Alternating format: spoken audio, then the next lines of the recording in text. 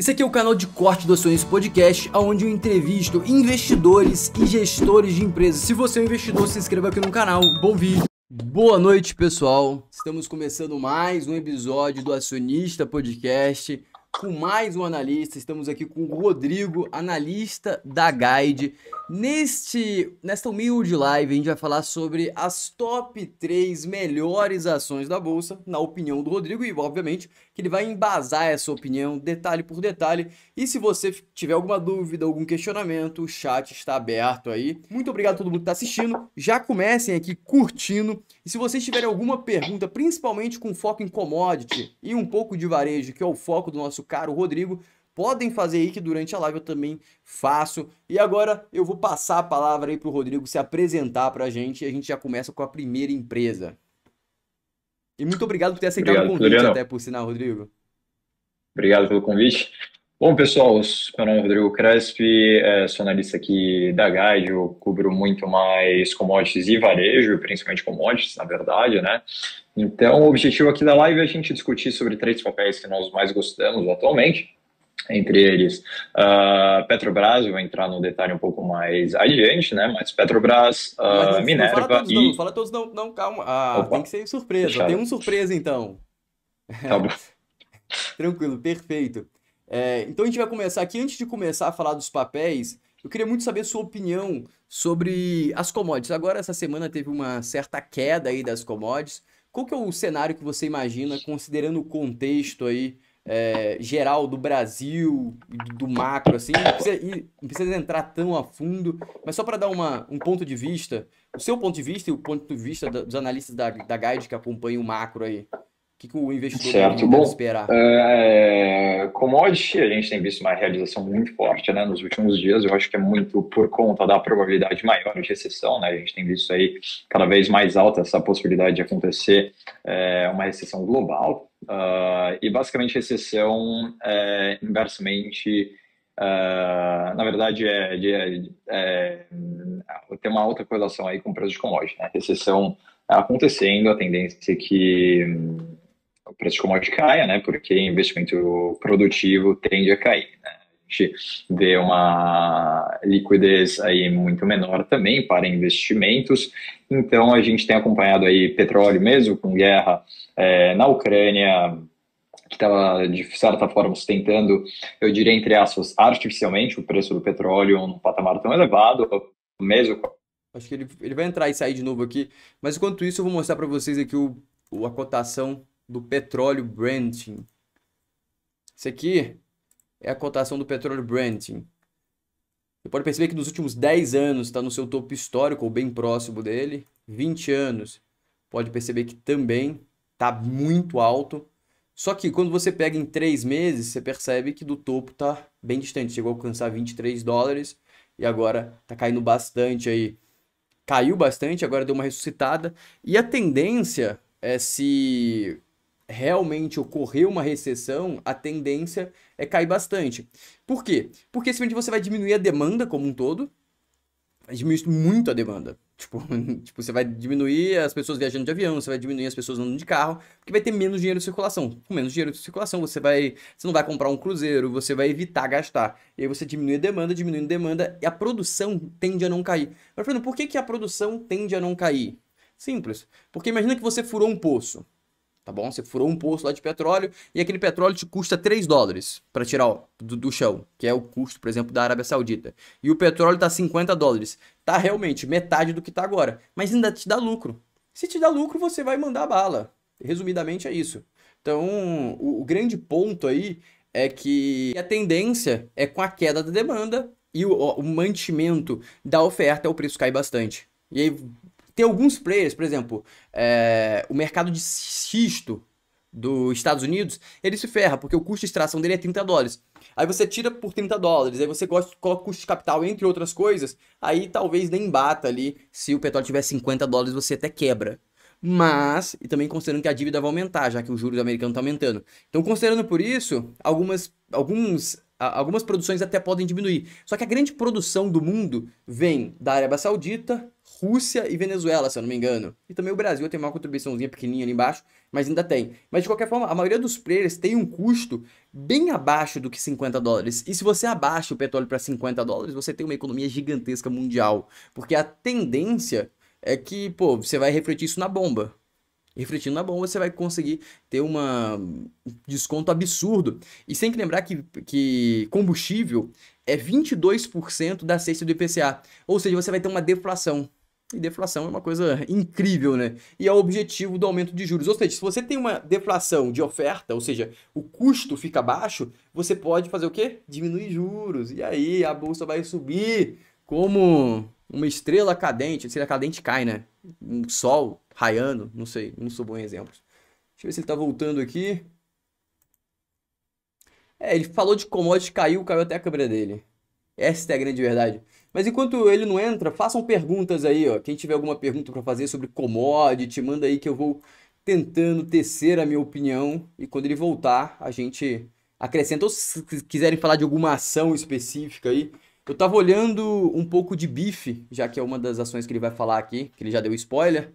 Voltando a falar de commodity, e esse cenário de deflação, teoricamente, ajuda muito a Bolsa de Valores, porque os juros começam a cair, o custo da dívida das empresas começa a cair também, e aí você começa a liberar muito lucro. Em compensação, se os juros aumentar mais, tem empresa que fica bem complicada, aí, sendo sincero para vocês. E essas empresas ficando complicadas, vou dar um exemplo para vocês. Se os juros caem 2%, ou seja, sai de 12 para 10, não, de 13 para 11, a Espaço Laser começa a dar muito lucro. A Ocean Pact começa a dar muito lucro. Então isso é incrível. E aí essas empresas agora estão quase quebrando, assim. Se você perpetuar esse custo de dívida por 3 anos, essas empresas literalmente quebram. Essas empresas não conseguem, com o custo de dívida atual, eles não conseguem se manter vivo, sendo sincero. Mas em compensação, se cair pelo preço atual delas, está extremamente barato. Fale sobre o varejo. O varejo agora, o que está reinando do varejo agora, pessoal, é principalmente a PEC. Mas, Fernando, por que a PEC? A PEC não é ruim para o país? É ruim para o país, mas vai injetar o dinheiro. Quem que vai pegar esse dinheiro da PEC? É o varejista, a Magazine Luiza, por isso que subiu. Via Varejo, entre outros, subiram muito agora, porque simplesmente esse dinheiro que vai para a população, o que a população faz? A população não investe na bolsa. A população não pensa em longo prazo. A população vai injetar isso. Alguns podem pensar e não pensam, outros não nem conseguem pensar. Realmente tem que comprar o arroz do mês seguinte, comprar a geladeira que está quebrada e fazer outra coisa.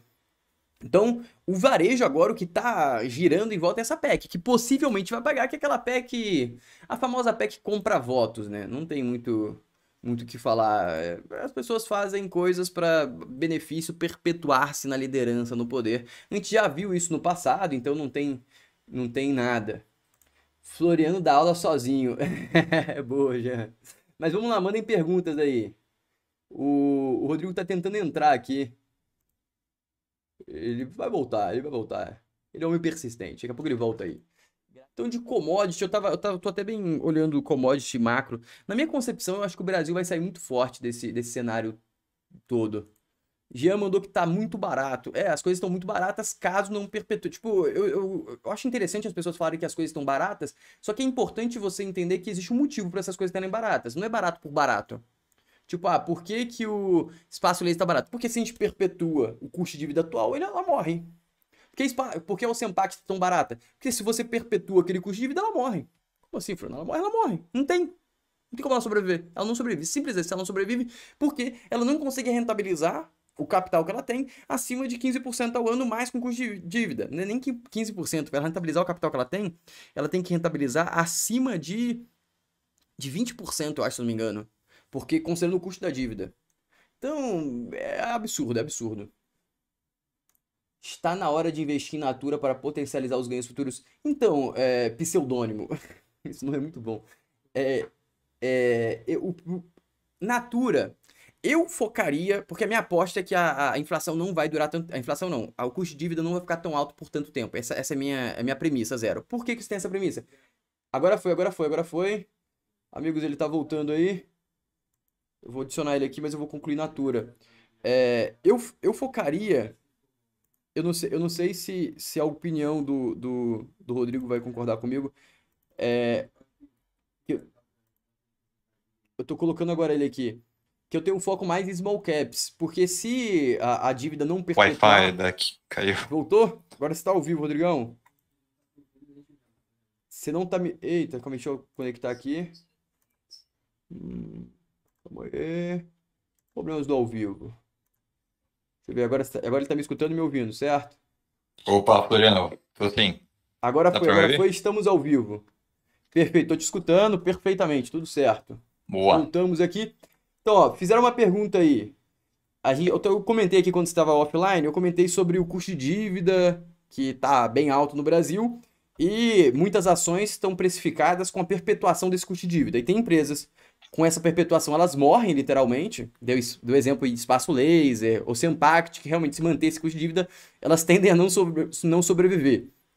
E outras empresas, como a Natura, está sendo punida também pelo custo de dívida, mas só que ela sobrevive mesmo com esse custo de dívida, ela vai ter que equilibrar ali, mas ela sobrevive.